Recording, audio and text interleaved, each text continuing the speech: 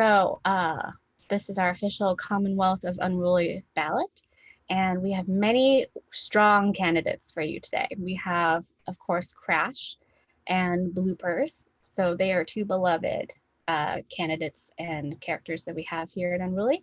But we also have a cast of some new interesting incumbents. We have Candy Corn, we have Rowdy, and we have Trudy. So they are all vying for students' votes for the next principal of the school. So we have one handy dandy code. We're very proud that we created one sophisticated code that will work for 3 different voting simulations. We have a simple voting, A or B. We have electoral college voting, and then we have a ranked choice voting. So the code is included in the activity pack. You can choose to build it yourself.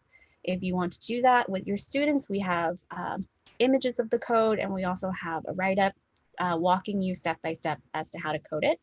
And we also have the code available for download. So if your objective is to walk your students through different voting simulations, you can focus more on that element rather than the code. So it's really up to you, and it's a very flexible activity.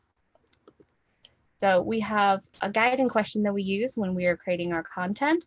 How does the type of voting used change the outcome of the vote? So we're hoping that this activity will be a great channel for really great debates, really strong debates, and the idea of like, what is a vote, who gets to vote, and why is it powerful, and why is it necessary? So you can dive even deeper and ask students to discuss the pros and cons of each type of voting method. So I'm going to walk us all through the 3 voting simulations, but today we're going to focus mostly on ranked voting. Of the 3, it is the most complex method of voting, and so it has the most resources available in order to support you and your students. So with simple voting, you have your 5 candidates, and they each represent a different colored splat. And students choose their favorite candidate, and then they go and they can, if you're in person, they can stomp on the splat. No need to touch. You can maintain social distance. Students can stomp on the splat that represents the candidate they are voting for. And then if you're doing it virtually, you can also code it. And then we have the virtual app where you can click on the splats in order to cast the vote for your students. So that's simple voting. Again, it all uses the same code. And then we have the electoral college method of voting, which is very like US centric.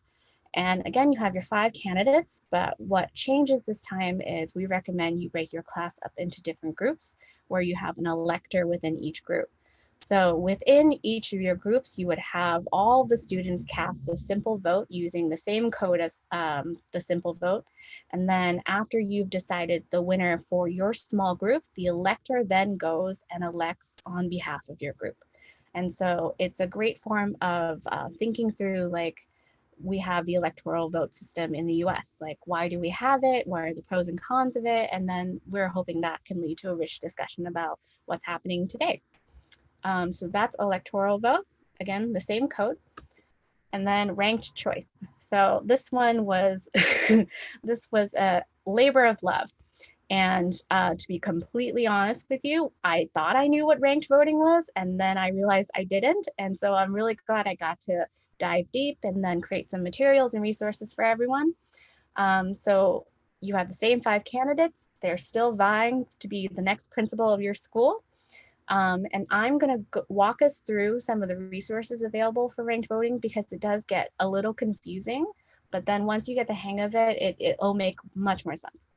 So we have 3 resources available for this activity. We have a slide deck that explains what ranked voting is and how you do it. We have paper ballots that you can print off and then cut out for your students in order to use in person. And we also have a digital version of the ballot that students can fill in directly. So the digital ballot is what you see on the left. It has all 5 candidates, and then when it's a PDF, and students are able to open the PDF and they can write into the PDF directly, and they can rank their candidates from their favorite first to their least favorite fifth. And then the paper ballots are, again, a PDF. You can just print it out and you can cut out 9 at a time. So this is the beginning of the slide deck that explains what ranked voting is. So this is student facing, so you don't have to edit anything. You can just show the slide as is to your students.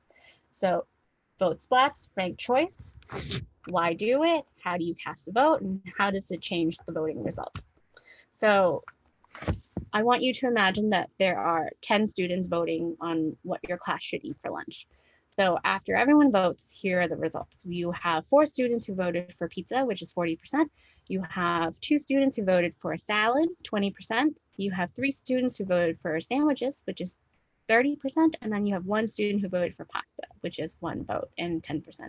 So in a single vote system, or the simple vote system, pizza would win because it got the most votes. However, some people would consider this really unfair because 6 students didn't want pizza. And so this is where you would have ranked voting. And so again, imagine the same scenario in which 10 students are voting on what the class should eat for lunch. So all the students independently list the foods from their favorite to their least favorite, or their rank. And then they would go vote for their top choice, the food they listed as first. And then the results are similar to last time.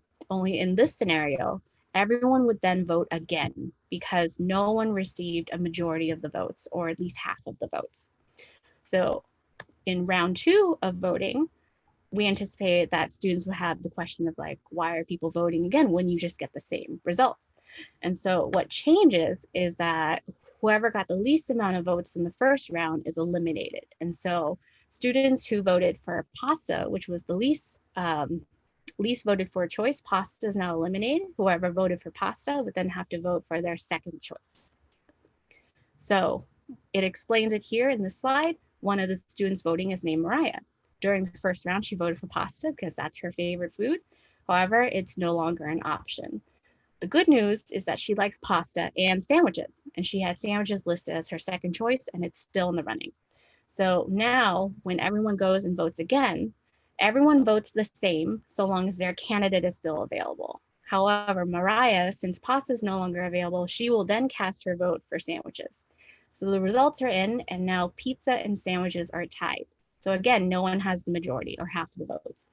So this time, salad is eliminated, and now everyone is going to vote again for pizza or sandwiches.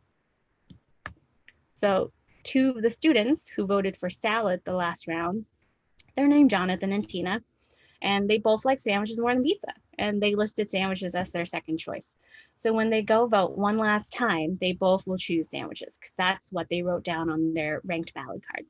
So the results now look like this: 4 votes for pizza, 6 votes for sandwiches, a clear majority, and sandwiches reign supreme, as they should. They are the superior food.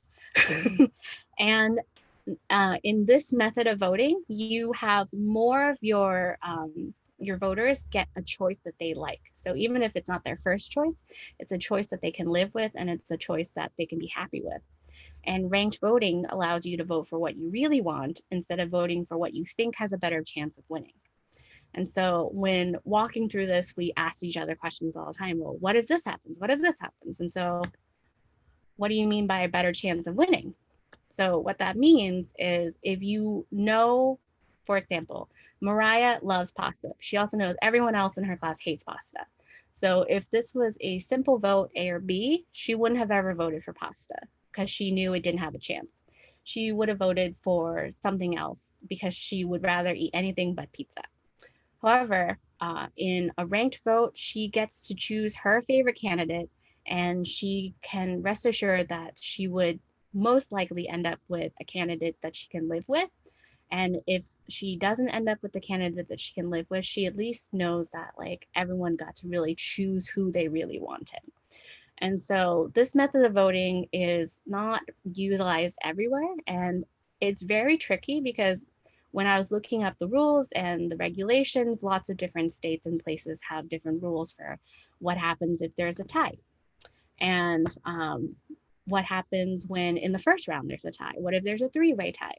And so looking through that, it's just kind of all across the board. And it seems that in some places they draw lots. And so if in the end you have 2 people and they're tied, someone who's in charge just like has a big stick and a little stick, and then everyone has to draw a stick.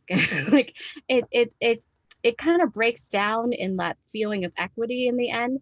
But again, usually those results, those odd results, don't happen when you have a lot of people voting. And so what you might see when you're doing this with your classroom and you're working with a smaller pool of voters is that you're going to have odd results. And in those cases, you can be a tiebreaker, and or you can just randomly eliminate the ties so that you can proceed forward with the next round of voting. But yeah, it very good idea and concept. And then in execution, you have to make sure you have informed voters. You have to make sure you have voters who have clear ideas of like their ranked candidates and they are voting honestly. And you have to make sure that you also have backup plans in case there are ties. So we have this deck in order to explain to students how to go through the ranked vote. And then they have a chance to try it on their own. Here are the 5 candidates and their candidate statements. And now I'm going to walk you through what might happen if you are doing this all remotely. And it can feel very overwhelming when you have your classroom of, for instance, this is my former classroom. These are names from the past. And I, at one point, had 28 students, and it was just me. And it's like, what am I supposed to do? How am I supposed to do this? It can feel very overwhelming. And so I like to joke that you can have your students vote early and then you can record their ranked choices for them. And so if there's any confusion, at least you would be able to have that information in front of you. You can still have the kids vote. You can still have them be active in their voting. But in case there's a student who needs help, in case there's a student who is confused as to who they should vote for now that their candidate is gone, you have that information in front of you. And now Emily's going to show us the code, both how to build it and also how to run it. And we're going to walk you through how you might simulate this electoral ranked voting live with your students. So we're going to head over to the Unruly app, and I'm going to stop sharing my screen so that Emily can take over. Thank you. And again, if you have any questions, please write us in the chat. All right, are you able to see my screen over here? I can. I'm able to see both the choices and the coding screen. Okay, so before we get started, I'm gonna actually hop into this window for a second. And I'm gonna show you the PDF that Tuanna's been talking about, because I'm gonna actually show you how you can download the code and then put it directly into the app before we start talking about it. So here's our lovely document here. You can click on download the code right here, and then you can also go all the way down here underneath ranked choice where Tuan was talking about. In this folder, if you click on it, it says important slide deck with an exclamation point. Once you're in there, you'll have everything that you need in it, not just the slide deck, but also the ballots that Tuan talks about, the code download, as well as code images if you'd like to print those out. I know a lot of times those are used pretty commonly in classrooms. So you can access all of that underneath important slide deck on the last page. But if we go underneath the code download section right here, click on this folder. If you download this file, so you can right click and then click download. This is gonna download directly into my downloads folder on my particular computer. And then I can go into the app. I've already got it loaded here. But even if I didn't, what I would do is I would go underneath the menu after being logged in, then go underneath projects. And then I would click on import a project. And whenever I do that, it's going to bring up a window, and we can see that I've got vote splats in here 2 times. So I can just click that and throw it directly on the screen. And that is what I just did right before this webinar started. So once I've got it in here, it's on the screen. I'm going to click save. I'm going to save this as vote splats. It has 6 splats. And I'm just going to leave it as 1 player, but it can be our entire class. And then I'm going to hit save. If I wanted to export this, maybe to share in the exact same way like we did from the PDF, you would just hit export blocks and it would save to wherever things that download on your particular computer save. And we can save. And here we are. All right. So before we start talking about ranked voting, I'm going to zoom in and talk about this code a little bit. And I'll let it take up the whole screen while we need it to. So this is the code for all of them. The main thing to know is that you don't ever use Splat6 unless you're using ranked choice voting. There's only 5 candidates, so you're always going to be voting on 1, 2, 3, 4, and 5.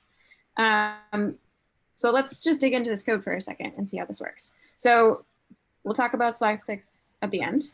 But when our program starts, so whenever we click on run, we're gonna light up our splats with a color. If we remember, I just said I was gonna not have this all on the screen, but we're gonna go back. We remember looking at our candidates over here. Each one is assigned a color, and those colors correspond to our splats over here. So we've got pink, which is crash, so that's gonna be splat number 1. Blue or cyan, which is bloopers. Green, which is candy corn, that's splat 3. Yellow is rowdy, that's splat 4. And then 5 is Trudy, which is splat 5. It's purple. So for all of these, whenever you are doing just a simple vote or an electoral college vote, you're just going to stomp on each splat or click on each splat, and it will give you 1 vote for each. And the reason why it does that is we've got all of these win splat pressed blocks in here that are going to change our score on each one when we click on it. And let's just take a look and see what they look like. When you download this code, you'll notice that we have all of these kind of jagged edge blocks whenever you download it. We do that just so that it doesn't take over your entire screen whenever you hit download. You can right click or long press if you're on an iPad to expand that block out and get a chance to see what's really in there. Just a sneak peek, it's the same thing in all of them. They're always going to be changing a score, lighting up a color to let you know that it was pressed, and making some sort of goofy sound. In this case, we're using a pop sound. So let's just take a look. So we got splat 3, splat 4,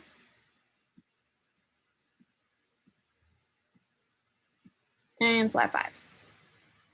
So in each one, when we press on it, it's going to light up gold, change the score by 1, play the sound pop, and light up the color pink in this case. And then for all of the other ones, it will be the assigned color for that candidate. So we've got pink, cyan, green, yellow, purple. Any questions so far? Anybody ask anything in the chat yet? Okay. So that is what we do for a simple vote or an electoral vote. So you would either have each student be voting on here, or if you're doing the electoral system, you would be having one elector be voting for a particular group of students. And in this case, for those two, you would just be counting up the totals. The person or the candidate that has the most would be the winner. And that would be how you would run it. But if you were running the ranked choice voting system, we need to look at all this code that's underneath splat 6 over here. So like Tuan explained before, the ranked choice system, it only works by having one candidate that has a majority, and that is 50%. And so this code over here is just checking 4 and then dividing it by 2 to see if that number is going to be at least 1/2. So if we look at this particular example, let's just do some random ones on here. We now click on splat 6. That's telling us we have 13 votes. 6 would be a majority. We do not have anybody that has 6. So that means that we need to do our vote again. So we would eliminate the bottom choice, and then everyone would vote again with the remaining 4 candidates. And I'm going to walk through all that with Tuan's slide next. But I wanted to see if anybody had any questions about this code. So it's changing splat 6 score by the score that's on 1. And then it's basically checking to see, it's adding up all of those votes, giving you that total and putting it on splat number 6, and then telling you what a majority would be. So in this case, it's 6.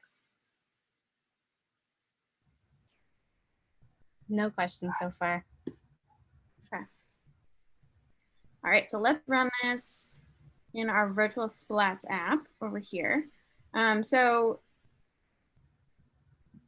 let's pause our splat presses and get ourselves situated in here. So I'm going to, I already got 6 splats out here. We have a diagram in the downloads folder that shows you how to set this all up. It's really up to you how you'd like to set it up in virtual world if you're living in a virtual world right now. I like to keep all the candidates on one side. So 1, 2, 3, 4, and 5. And then have our total or our tally over here underneath 6. If you're unfamiliar with our virtual Splats app, it works very similarly to the control panel that's on our main page, where you can just click on those little splats on the side. But what's really nice about this is you can move them around. So in ranked choice voting, we're going to be having some candidates that are going to be eliminated. So we can move them out of their space and continue to vote on multiple rounds without having to look at them and being able to organize ourselves a little bit better. We can also change our background. I tend to like space splats the most, but that's my personal choice. What you can also do is you can add in some notes. So if you would like to have a note about what a particular splat does, so in this case, that would be for splat number 6. You would like to have a note, say you're going to be building this program and another teacher at your school might be running it. You could build it, type in a note and be like, all right, so splat 6 is not a candidate. Press this splat to calculate the total number of votes, and then it will tell you the majority. And so if I had built this program and Tuan was then going to be running it in her class, she would then have this note and it would be saved right under here. All right, so I'm going to go back here for 1 second. I'm going to save my project, and for those that are unfamiliar, I'm also going to sync my project to the Game Locker. So the Game Locker is just our cloud system for our app. So it allows for you and for students to be able to pull up a project that was built on one computer and open it on another one or another device of some kind. So we can see Vote Splats is right here. You'll notice this icon is yellow. I'm going to hit Sync to Game Locker, and that's going to change my icon to green. That means that I'm all synced to the Game Locker. And so if Tuan wanted to, she could go underneath my profile, which is Rocket Wasp, and pull it right up if she needed to. All right, so let's make this screen a little bit smaller and get going.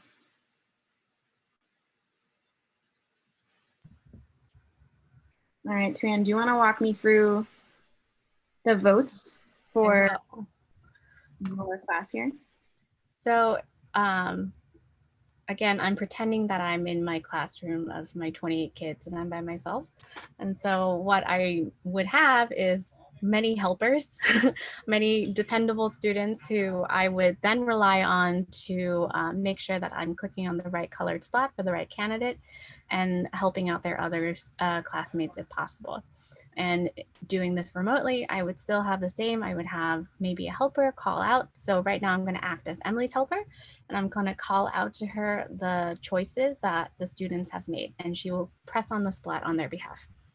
So the first vote is for yellow, Rowdy, purple, Trudy, pink, Crash, blue, Bloopers, green, Candy Corn, purple, Trudy, pink, Crash, blue, Bloopers, and then pink, Crash. Okay, let's get our total. 10 and then 5. Yeah, and the splat number 6 is great because it's going to show 5 every time because we have 10 students voting every time. What it's good for is for students who might not be familiar yet with percentages or the idea of half. And so it'll always tell you what half, or in this case, what we consider the majority of votes to be. So for this round, no one had the majority, no one had half or over half. And so we would eliminate the lowest ranked candidates. And so the two candidates who had the least amount of votes are Candy Corn, unfortunately, and Rowdy. So they are eliminated for round 2. Whoever voted for Candy Corn and Rowdy must now select and vote for their second choice candidate. Everyone else continues to vote for the candidate that they ranked first, and they do so until their candidate is no longer in the running. Right. All right, round 2. We have a blue for bloopers. We have a purple Trudy, a pink crash, a blue bloopers. We have a blue bloopers, purple Trudy, pink crash, blue bloopers, and then a pink crash. Okay. Our total here. All right, so we need a candidate who gets at least half the votes. And in this case, we have a clear winner, and it is bloopers. Woo! Bloopers! And if you walk through all 3 simulations with your class, you might end up with a different winner every single time. And if it does happen, like we hope that leads to like very rich discussions around like the pros and cons of these different types of methods of voting. Which do you prefer? Which do you think is more fair? And like just the idea, I remember 3rd grade just talking about what's fair, that could last for months. So we hope you really enjoy them. And these were our 3 activities. Remember that there are lots of resources for them. If you have any questions about them, please write us in the chat. And we also, if there's a resource that you're looking for, please write us about that too. I'm going to share my screen again. Do you mind 1 second, Tran? I just wanted to show the candidate pages as well. Oh, yes. Really quickly. We didn't spend a whole bunch of time talking about the candidates. But if you go onto the second page in here, each one does have a statement. If you are lucky enough to be in person and you'd like to just cut across and actually make little slips for each candidate, that would also work. That would likely have been what I would have done with my students. So you could actually physically move them to rank them. But I think there's some great descriptions on here. So definitely check them out. And if you have a particular candidate in a simple vote that you think that you would totally vote for, you should let us know in the chat. Yeah, I personally would have voted for Rowdy. He looks like a professional, but also that he has fun. For good reasons. Yeah. I, for very, very selfish reasons, I love wombats, and Trudy is a wombat. So the comments about everything being squares, that is because wombats actually, they poop in squares. That's a very fun fact about wombats that is my favorite thing to share with children. So I would definitely go for Trudy because wombats, they're awesome.